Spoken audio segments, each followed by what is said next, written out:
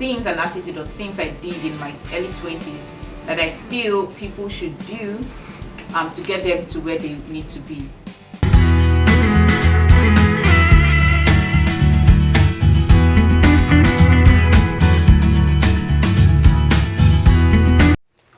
Hi guys, welcome to another YouTube video. Today I'm going to be talking about or sharing with you guys things that I think people should do in their 20s that would shape the future of their life, or things I think people should do in their 20s. So a few days ago I clocked 20 something and I felt like this is an important topic that I would like to share. Although I don't consider myself super successful, there are things and attitude or things I did in my early 20s that I feel people should do to get them to where they need to be. So one of the first things I did in my 20s was I have a friend here. One of the first things I did in my 20s was actually decide what I wanted my future to be like, what I wanted to do, finding out who I am, discovering my purpose. And I think that's one of the first steps or first things people do to, shape the kind of people they meet, the kind of cycles of friends they keep, the kind of projects they decide to take with them or carry along or do.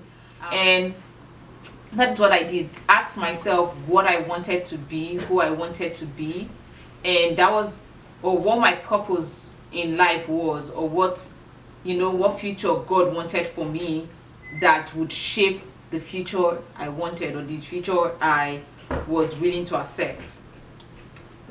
The second thing would be, I think people should read books. Study to show yourself approved. The Bible says so, but aside from what the Bible says, which is very important, it is also true. That people, but the more you read, the more you're exposed to the possibilities, to what you can do, to problems you can solve, to life that is beyond what you already perceive or know. So one of the things I did was actually to read more books. My dad had a mini library, and so I picked books from those libraries, read on them, and that kind of informed me on stories like the Biafra War. I made me know people like James Baldwin, and actually just exposed me to life that was beyond the country that I grew up in, which was Nigeria. And I think that was when I grew this strong resolve that I wanted to move out of Nigeria too, because from books you kind of build an imagination of a life that is beautiful, sometimes a life that is not beautiful, but you get the picture. You start to grow or build an adventure around the books you read. The third one would be to build strong and powerful networks. Grow friendships that would lead you to success or success. Our parents right now have friends or are within cycles that they know they could reach out to, who can help them achieve, like solve problems when they need problems to be solved very easily. And I fear that our generation is actually losing that. With social media, we kind of grow platonic friendships or friendships that are not really genuine. Other times people do, but I think it's important we actually look around us and grow friendships or build a cycle with strength, with people who you know that you could reach out to in the future, and you know that these people will genuinely have your back, or you would be able to help solve problems of theirs too. So it's not just a one-way thing. It's also looking out for people and people looking out for you, like building friendships that are genuine, building friendships that you can trust, building a safety net. I consider good friendships safety nets.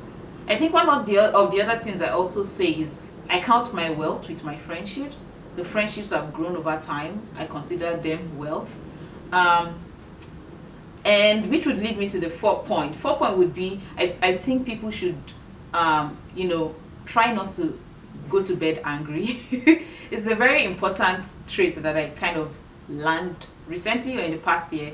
That means you could have issues, problems, disagreements with people, but really don't go to bed angry. Hash things out, take each day as it comes because tomorrow is not promised, and you actually want to be able to go back, or you actually want to go back and be able to reach out to these people, because once we get to disagreements to the point where we burn bridges, we don't know when next we would need these people in our lives, when next we would need their help, when next we would need, them, which which is also an important, you know, was habit I think people should build. The other habit would be volunteer. Volunteer in places that need your talent, that need your skill, and also in places that you think would improve your career chances of getting to better places. Um, People really didn't know this, but last year I volunteered at the World Bank. People thought I was working there for pay, but no, I was volunteering, and that helped me get the other job that I got after the end of summer. And I've always loved the World Bank, the work the World Bank is doing, and I felt that one way I was going to get myself into that door now or in the future would be to volunteer through openings and internships that they had, and that's what I did. And I believe once you volunteer in spaces that you're needed and you're able to grow skills, you'd not only meet people who would be gatekeepers for you in your career path, but also people who would stand in the gap for you. People who are like, I think there's a video that there's something they call it like people who are career promoters, people who will sit in rooms and speak on your behalf even when you're not there because they've worked with you, even if it's on a micro level, right?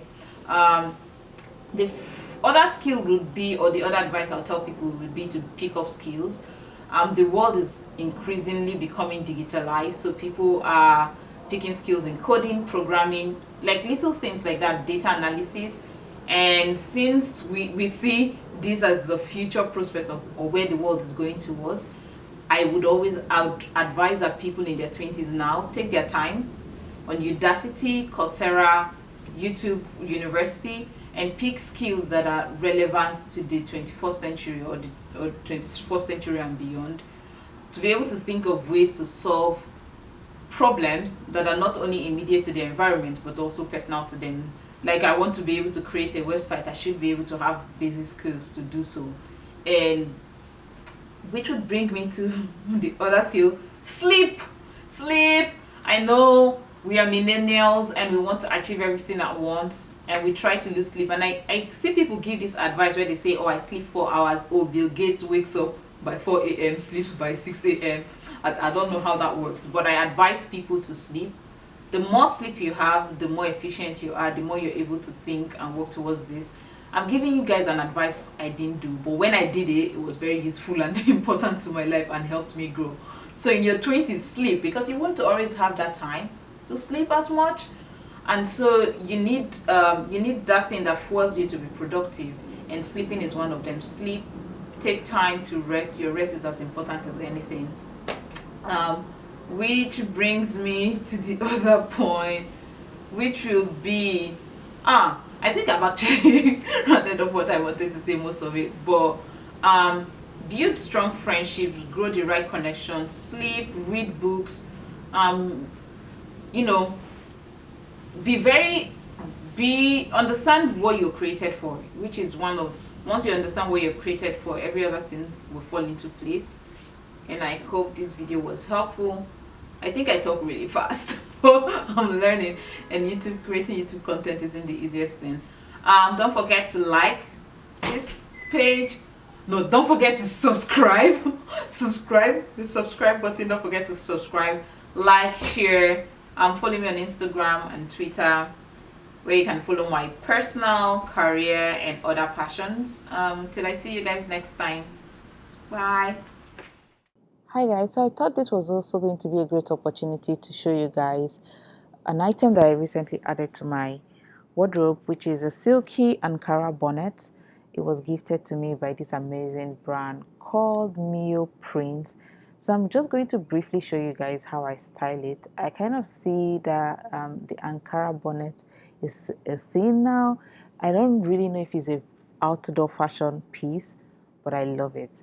I'm going to show you guys how I styled mine, and one with just basically tying the extended ropes behind my hair, and the second one in a bow shape.